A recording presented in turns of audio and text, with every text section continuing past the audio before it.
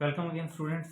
Today we are going to discuss the interference of light, and firstly we are going to define the interference of light.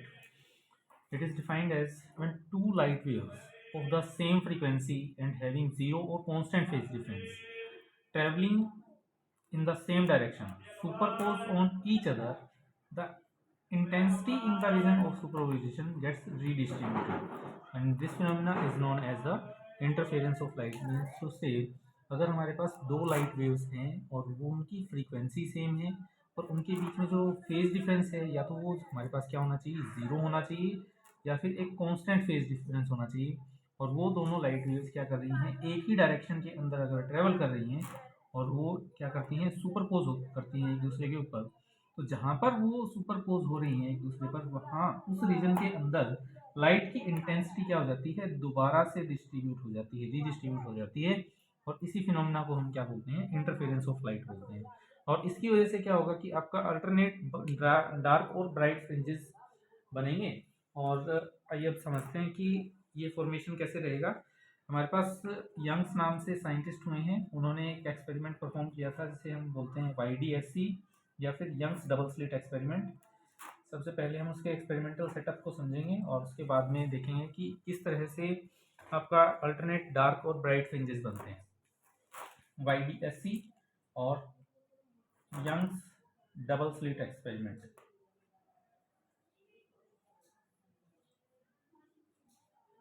Young's double slit experiment और YDSC दोनों same ही हैं, एक ही चीज़ है। तो Young's ने क्या किया था कि एक लाइट का सोर्स लिया। सपोज ये हमारे पास एक लाइट सोर्स है और इसके सामने उन्होंने क्या किया, एक स्लिट को प्लेस किया जिसके अंदर एक छोटा सा होल था, और यहाँ से जो लाइट अब बाहर की तरफ निकलेगी, अगर हम इसे सामने से ऑब्जर्व करें तो ये हमारे लिए क्या रहेगा, एक पॉइंट सोर्स ऑफ लाइट रहेगा। इसे हम नाम दे देते हैं एस। ठीक है। और इससे लगभग 10 सेंटीमीटर के डिस्टेंस के ऊपर एक और स्लिट ली गई जिसके अंदर दो नैरो होल्स थी। इन होल्स के बीच का जो डिस्टेंस है वो लगभग आपका 2 मिलीमीटर के बराबर था, और जो हमारे पास विड्थ ऑफ द स्लिट है इसकी जो इसे अगर मैं नाम दूं आपका S1 और इसे अगर हम नाम दें S2, तो S1 और S2 की जो विड्थ है वो 0.3 मिलीमीटर के बराबर थी। अब जैसे ही लाइट यहाँ से बाहर की तरफ ट्रेवल करना स्टार्ट करेगी, ये हमारे पास एक पॉइंट सोर्स ऑफ लाइट है, और पॉइंट सोर्स ऑफ लाइट से हमारे पास में कैसे वेव फ्रंट्स जनरेट होते हैं, स्फेरिकल वेव फ्रंट्स। यहाँ पर मैं क्रस्ट को बोल्ड लाइन से शो कर रहा हूँ और ट्रफ को डॉटेड लाइन से। तो इस तरह से आपका क्रस्ट और ट्रफ की फॉर्म के अंदर लाइट आगे की तरफ प्रोपेगेट करेगी, और जब वो यहाँ पर सेकंड स्लिट्स के ऊपर आकर के टकराएगी तो हमारे पास दो डिफरेंट पॉइंट्स के ऊपर दो अलग से सोर्स जनरेट हो जाएंगे, और इन दोनों सोर्सेज को हम क्या बोलते हैं, कोहेरेंट सोर्सेज बोलते हैं। कोहेरेंट का यहाँ पर मीनिंग है एक ऐसे सोर्सेज जो क्या करते हैं, सेम फ्रीक्वेंसी सेम वेवलेंथ, और हम बोल सकते हैं कि आपका जीरो और कॉन्स्टेंट फेज डिफरेंस की लाइट को क्या करते हैं, वो आपका एमिट करते हैं। ठीक है। तो यहाँ से भी क्या होगा, अल्टरनेट आपके पास में क्रस्ट और ट्रफ बनना स्टार्ट हो जाएंगे इस तरह से। Crust, trough, again crust and trough, again crust. ये हमने वेव फ्रंट्स बना लिए हैं किसकी हेल्प से, S1 सोर्स की हेल्प से। अब हम सिमिलरली यहाँ पर देखते हैं S2 की वजह से। S2 की वजह से अगेन फर्स्ट हम ड्रॉ करेंगे आपका crest, then trough, then crest and then trough, crust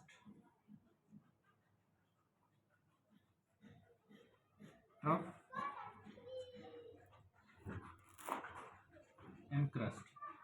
और इसी सेकेंड स्लिट से लगभग 2 मीटर के डिस्टेंस के ऊपर हम हमारी स्क्रीन को प्लेस करेंगे। स्क्रीन है और इस स्क्रीन के ऊपर में क्या होगा, इंटरफेरेंस पैटर्न ऑब्जर्व होगा।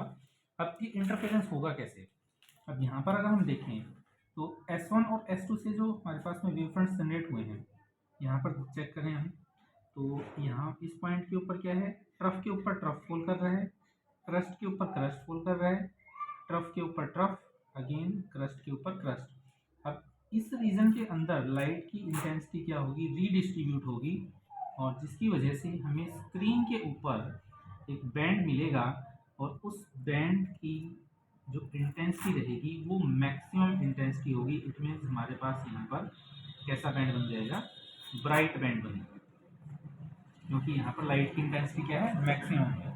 यहाँ पर लाइट वेव्स क्या है, कंस्ट्रक्टिवली इंटरफेयर कर रहे हैं, ठीक है। दूसरी तरफ अगर यहीं पर हम ध्यान दें, ये जो पॉइंट है यहाँ पर क्रस्ट के ऊपर ट्रफ फॉल कर रहा है, अगेन क्रस्ट पे ट्रफ फॉल कर रहा है, अगेन क्रस्ट पे ट्रफ, क्रस्ट पे ट्रफ।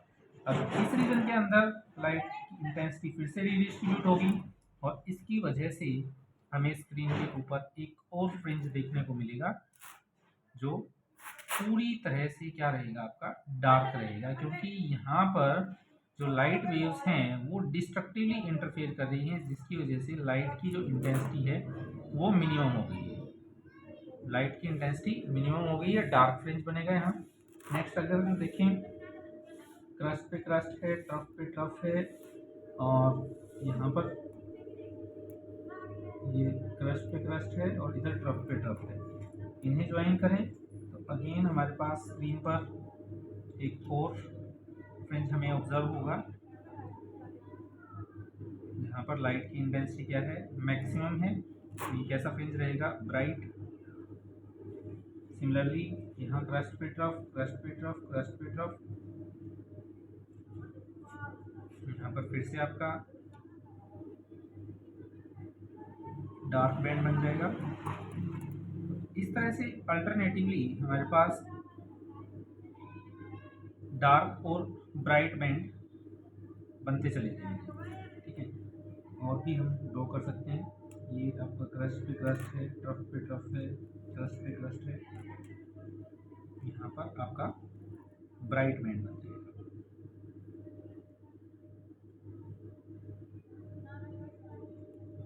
ठीक है, तो इस तरह से ये इंटरफेरेंस पैटर्न हमें स्क्रीन के ऊपर ऑब्जर्व होगा और स्क्रीन के ऊपर alternate bright dark, bright dark, bright, इस तरह से फ्रिंजेस बनते चले जाएंगे। अब वो रीजन जहाँ पर लाइट क्या है, आपका क्रस्ट के ऊपर क्रस्ट फॉल कर रहा है और ट्रफ के ऊपर ट्रफ फॉल कर रहा है, वहाँ पर लाइट की इंटेंसिटी क्या हो रही है, मैक्सिमम। तो इस तरह का जो इंटरफेरेंस होता है उसे हम बोलते हैं आपका कंस्ट्रक्टिव इंटरफेरेंस। और जब क्रस्ट पे ट्रफ फॉल करे या फिर बोलें कि ट्रफ पे क्रस्ट फॉल करे, तो यहाँ पर रिजल्टेंट लाइट की जो इंटेंसिटी है वो मिनिमम हो जाती है। तो उस केस में हमारे पास जो फ्रिंज बनता है वो रहेगा आपका डार्क फ्रिंज, और यहाँ पर लाइट की इंटेंसिटी मिनिमम है, तो इसे हम क्या बोलेंगे, आपका डिस्ट्रक्टिव इंटरफेरेंस बोलेंगे। जब कंस्ट्रक्टिव इंटरफेरेंस हो रहा है, कंस्ट्रक्टिव इंटरफेरेंस के टाइम पर क्या है कि ये सपोज कर लिया हमने वेव आ रही है इसकी कहाँ से, S1 से, और सिमिलरली एक और वेव आ रही है कहाँ से, S2 से। ये दोनों आपस में क्या हो रही हैं, सुपरपोज हो रही हैं। ये नीचे जो पार्ट है ये S1 से लिया है मैंने, और दूसरा अपर पार्ट S2 से आने वाली वेव के लिए। अभी ये जब एक दूसरे के ऊपर सुपरपोज हुई हैं तो रिजल्टेंट वेव की जो डिस्प्लेसमेंट है वो बढ़ जाएगी, मीन्स उसका एम्पलीट्यूड बढ़ जाएगा, और इस तरह का जो हमारे पास में इंटरफेरेंस रहेगा वो कंस्ट्रक्टिव इंटरफेरेंस होगा। और दूसरी तरफ अगर हम बात करें कि सपोज S1 से ये लाइट वेव आ रही है और S2 से इसके अपोजिट, यानी कि इधर क्रस्ट पे ट्रफ फॉल कर रहा है, यहाँ पर क्या हुआ था, क्रस्ट के ऊपर क्रस्ट फॉल कर रहा था, तो ये दोनों क्या कर देंगे, एक दूसरे को न्यूट्रल बना देंगे। मीन्स यहाँ पर किसी तरह का कोई भी हमें डिस्प्लेसमेंट, रिजल्टेंट डिस्प्लेसमेंट देखने को नहीं मिलेगी, और उसके कॉरस्पॉन्डिंग हमें क्या मिलेगा, डार्क बैंड मिल जाएगा। तो ये हमारे पास में क्या थे, कंस्ट्रक्टिव और डिस्ट्रक्टिव इंटरफेरेंस थे।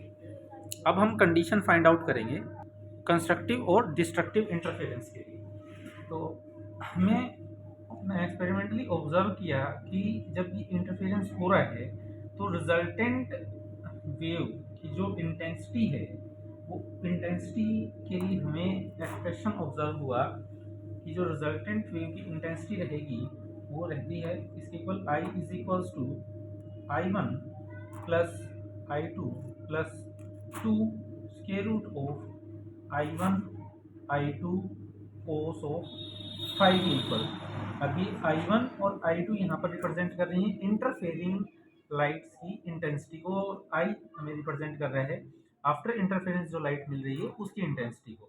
तो ओवरऑल अगर हम इस इक्वेशन को चेक करें तो इस इक्वेशन के अंदर हमारे पास जो आपकी रिजल्टेंट वेव की इंटेंसिटी है वो डिपेंड कर रही है किसके ऊपर, इस फैक्टर कोस ऑफ फाई के ऊपर। यहाँ पर जो फाई है वो फेज डिफरेंस है, phase difference between the interfering light waves, interfering light waves जो कोहेरेंट सोर्सेज से हमारी आ रही हैं। हमें पता है कि कोस ऑफ फाई की जो मैक्सिमम वैल्यू रहती है वो 1 होती है। अब कोस फाई की मैक्सिमम वैल्यू 1 कब होगी, जब आपका पाथ डिफरेंस कितना रहे, 0 रहे, 2 पाई रहे, 4 पाई रहे, अप टू हम राइट कर सकते हैं 2n पाई के इक्वल रहे, और n कोई भी आपका नेचुरल नंबर रहेगा। तो हमें पता है कि जो इक्वेशन है आपकी पाथ डिफरेंस के लिए, अगर p पाथ डिफरेंस है तो पाथ डिफरेंस अगर आपके पास में p है तो उसके लिए हम क्या बोलते हैं कि फेज डिफरेंस जो रहता है फाई इज इक्वल टू होता है आपका 2 pi by lambda into path difference, 2 pi by lambda into path difference. यहाँ से अगर हम 2 pi by lambda into path difference को रिप्रेजेंट कर रहा हूँ स्मॉल p से, इज इक्वल्स टू पुट करें 2n पाई के, तो 2 से 2 कैंसिल हो जाएगा, पाई से पाई, तो यहाँ से हमारे पास जो पाथ डिफरेंस के लिए वैल्यू आएगी p is equals to n times lambda. अब ये जो कंडीशन आई है उस केस में हमारे पास कोस ऑफ फाई की वैल्यू क्या है, 1। अब कोस फाई की वैल्यू अगर हम यहाँ पर 1 पुट करें तो i इज इक्वल्स टू रहेगा I1 plus I2 plus 2 times of square root I1 I2, और यहाँ पर जो रिजल्टेंट लाइट की इंटेंसिटी रहेगी वो हमारे पास में क्या आएगी, मैक्सिमम आएगी।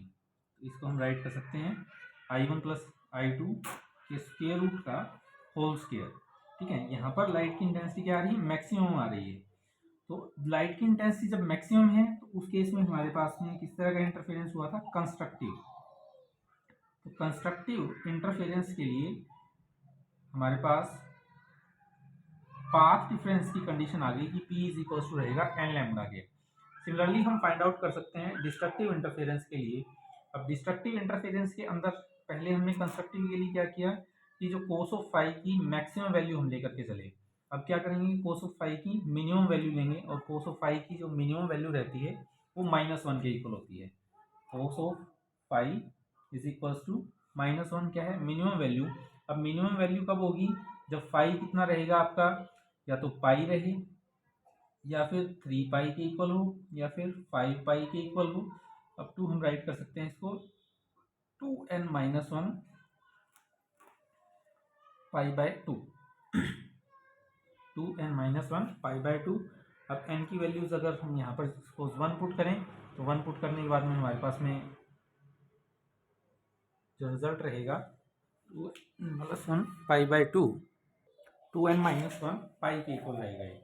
ठीक है, तो अगर अगेन हम फेज डिफरेंस के लिए जो इक्वेशन है वो पुट करें, phase difference is equals to था हमारे पास 2 pi by lambda times path difference p is equals to, और हमने फेज डिफरेंस के लिए वैल्यू निकाली है आपकी 2n माइनस 1 इंटू पाई। यहाँ से अगर इसको सॉल्व करें पाई से पाई कैंसिल, तो path difference p is equals to आ गया हमारे पास 2n minus 1 lambda divide by 2। अब ये जो पाथ डिफरेंस आया है किसके लिए है, कोस ऑफ फाई की मिनिमम वैल्यू के लिए है। कोस ऑफ फाई मिनिमम है, इट मीन्स अब हमारे पास ये पाथ डिफरेंस किसके लिए रहेगा, डिस्ट्रक्टिव इंटरफेरेंस के लिए, डिस्ट्रक्टिव इंटरफेरेंस के लिए। और डिस्ट्रक्टिव इंटरफेरेंस के लिए अगर हमें इंटेंसिटी राइट करनी है तो इंटेंसिटी आई किसके इक्वल रहेगी, I1 plus I2 plus 2 times of square root I1 I2 cos of phi की जगह जब हम -1 पुट करते हैं तो रिजल्ट होगा I is equals to I1 plus I2 minus 2 square root of I1 I2, और इसे हम राइट कर सकते हैं square root of I1 minus square root of I2 whole square. यहाँ पर लाइट की जो इंटेंसिटी रहती है वो मिनिमम इंटेंसिटी रहेगी। तो इस तरह से कंस्ट्रक्टिव के लिए हमारे पास में लाइट इंटेंसिटी क्या है, मैक्सिमम, और उसके लिए रिजल्ट है square root of I1 plus square root I2 whole square. और इस केस में हमारे पास पाथ डिफरेंस जो आया है एन लैम्डा के इक्वल है, और मिनिमम के केस में हमारे पास में जो पाथ डिफरेंस की वैल्यू आई है वो 2n-1 लैम्डा बाय 2 के इक्वल है। ठीक है, तो ये यंग्स डबल स्लिट एक्सपेरिमेंट से हमें ऑब्जर्वेशंस मिली थी।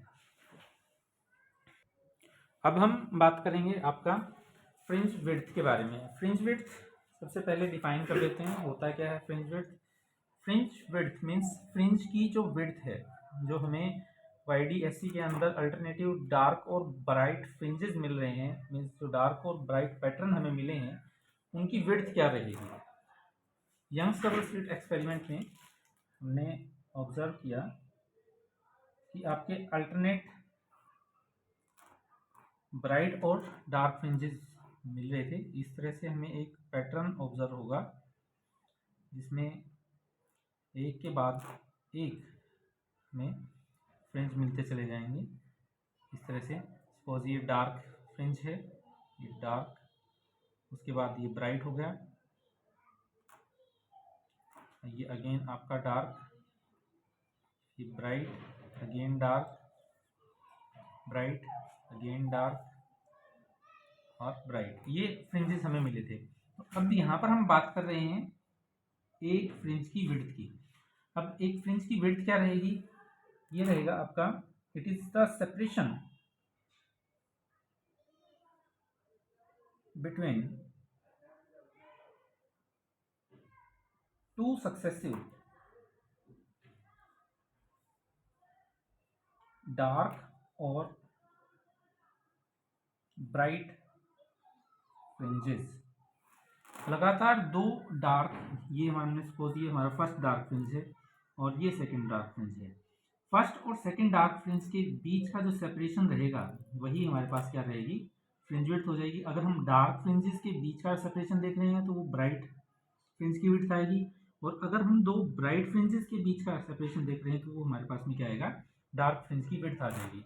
लेकिन जो हमारे पास में यंग्स डबल स्लिट एक्सपेरिमेंट है, इसके अंदर जो अल्टरनेट हमारे पास डार्क और ब्राइट फ्रिंज जो हमें मिले हैं उन दोनों की ही विड्थ क्या रहती है, सेम रहती है। बीटा से रिप्रेजेंट किया जाता है आपका फ्रिंज विड्थ को, और इसकी जो वैल्यू है वो रहेगी आपकी लैम्डा डी डिवाइड बाय में small D, lambda D divide by में स्मॉल डी। लैम्डा यहाँ पर आपको रिप्रेजेंट कर रहा है wavelength of the light used, capital D represent कर रहा है separation between the slit and screen, और जो स्मॉल डी है वो रिप्रेजेंट कर रहा है आपका separation between S1 and S2।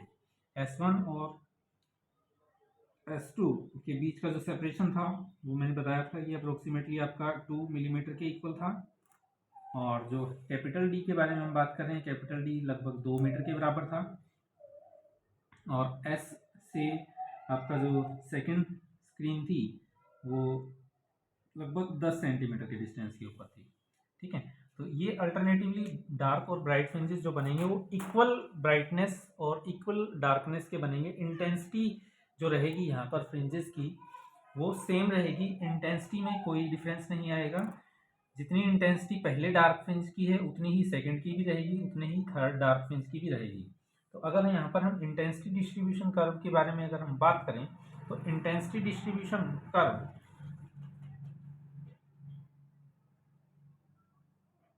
कुछ इस तरह से रहेगा हमारा। ये सपोज हमारे पास में डिस्टेंस है, डिस्टेंस के लिए एक्सिस ड्रॉ किया मैंने, और वाई एक्सिस के अलोंग मैं रिप्रेजेंट कर रहा हूँ इंटेंसिटी को। वाई एक्सिस के अलोंग इंटेंसिटी है और हमारे पास एक्स एक्सिस के अलोंग हमने डिस्टेंस लिया है।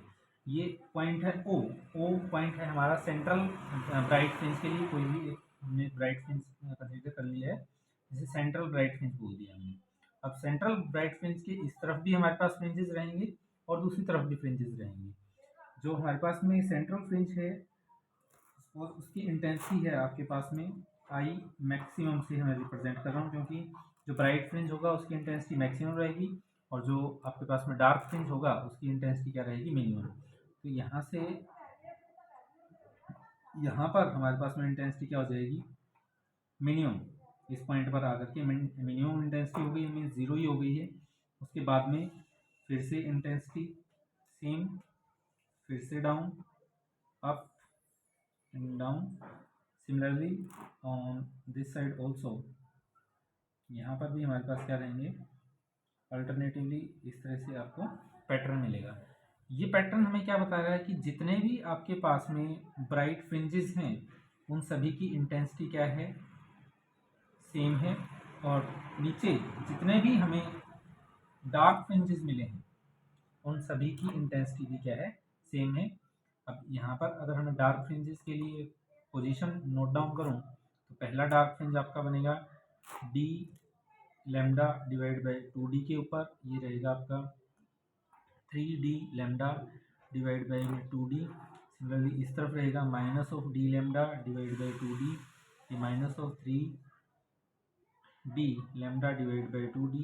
इस तरह से ये minus 5 lambda D divide by में 2d के इक्वल होगा, इधर से 5 lambda D divide by 2d के इक्वल रहेगा। तो इस तरह से जो इंटेंसिटी रहेगी सारे के सारे डार्क फ्रिंजेस और ब्राइट फ्रिंजेस की सेम रहेगी। अब जो इंटरफेरेंस है, इंटरफेरेंस के दौरान आपका जो एनर्जी है वो कंजर्व रहती है। Energy is conserve during the interference of light. वो देखते हैं कैसे।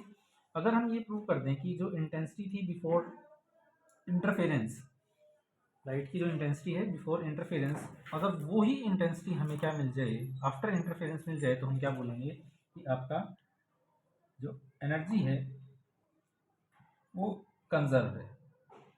क्योंकि हमें एनर्जी कंजर्वेशन प्रिंसिपल बताता है कि energy can neither be created nor be destroyed, it can only be transform from one form to another form. इसे सिर्फ एक फॉर्म से दूसरी फॉर्म में बदला जा सकता है। हमने अभी अभी एक्सप्रेशन फाइंड आउट किया। जो इंटेंसिटी आई थी हमारे पास में आपका मैक्सिमम फ्रिंज के लिए, जो आपकी कंस्ट्रक्टिव इंटरफेरेंस के लिए किसके इक्वल आ गई थी आपकी, I maximum is equals to square root of I1 plus I2 square root whole square. और हमें पता है कि जो इंटेंसिटी है, intensity is directly proportional to square of the amplitude. Amplitude के स्क्वायर के डायरेक्टली प्रोपोर्शनल रहती है। अगर हम मान लें कि जो I1 इंटेंसिटी है उसका एम्पलीट्यूड है A1, तो हम राइट कर सकते हैं I1 directly proportional to A1 square, और यहाँ से प्रोपोर्शनलिटी सिंबल अगर हम रिमूव करें तो I is equal to K times of A1 square के इक्वल आएगा। Similarly I2 is equal to K times of A2 square के इक्वल होगा। ठीक है।